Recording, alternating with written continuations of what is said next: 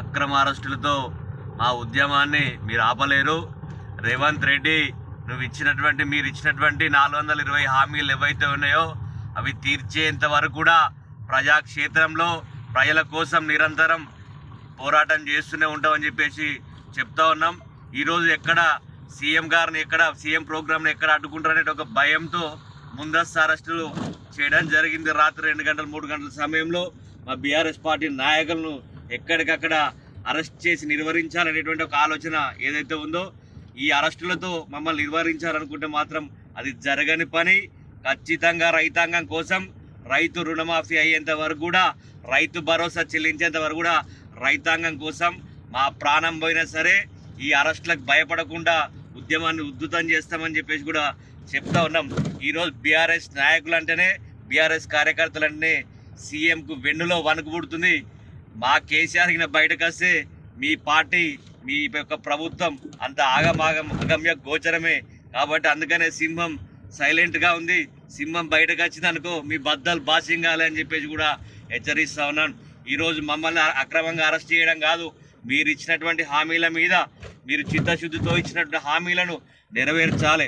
ఈరోజు కోడళ్ళకి ఇస్తా అన్నటువంటి 2500 పెన్షన్లు ఇవ్వాలి. ఈరోజు గురుకుల పాఠశాలను పిల్లలకు మంచి సకల సౌకర్యాలతో ఉన్నత శిఖరాలు తీర్చే విధంగా మీరు ముందుకు పోవాలి.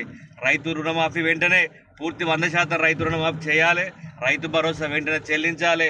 ఇవన్నీ ఇచ్చినటువంటి మీరు అధికారం రావడానికి ఏవైతే ఇచ్చిరో వాటన్నిటిని నెరవేర్చేదాకా ప్రజాక్షేత్రంలో యుద్ధం చేస్తాం.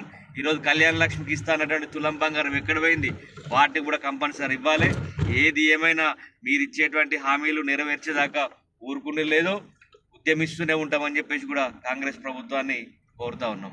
ఈరోజు రాజన్న సిరిసిల్ల జిల్లా పర్యటనకు వస్తున్నటువంటి సీఎం రేవంత్ రెడ్డి ఈరోజు ఎక్కడికక్కడ కూడా బీఆర్ఎస్ నాయకత్వాన్ని నిర్బంధంగా ఈ చలికాలంలో అర్ధరాత్రి 12 గంటల నుంచే ఎక్కడికక్కడ అరెస్టులు చేసి పోలీస్ స్టేషన్లకు తీసుకుపోయి టానాలో పెట్టే పరిస్థితి కనబడతా ఉంది.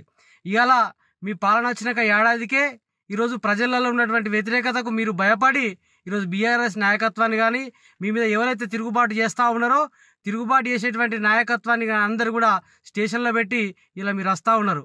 మేము ఈరోజు ఒకటే అడుగుతూ ఉన్నాం, మీరు అన్ని దేవుళ్ళ దగ్గరికి పోయి అన్ని దేవుళ్ళ దగ్గర ఒట్లేసారు.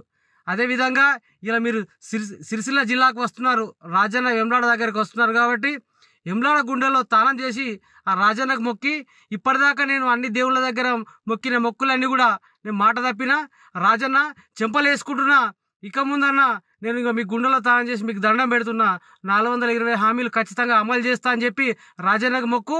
ఇవరిదాకా వేసిన ఓట్లన్నీ కూడా పొరపాటు అయిందని చెప్పి మొక్కు.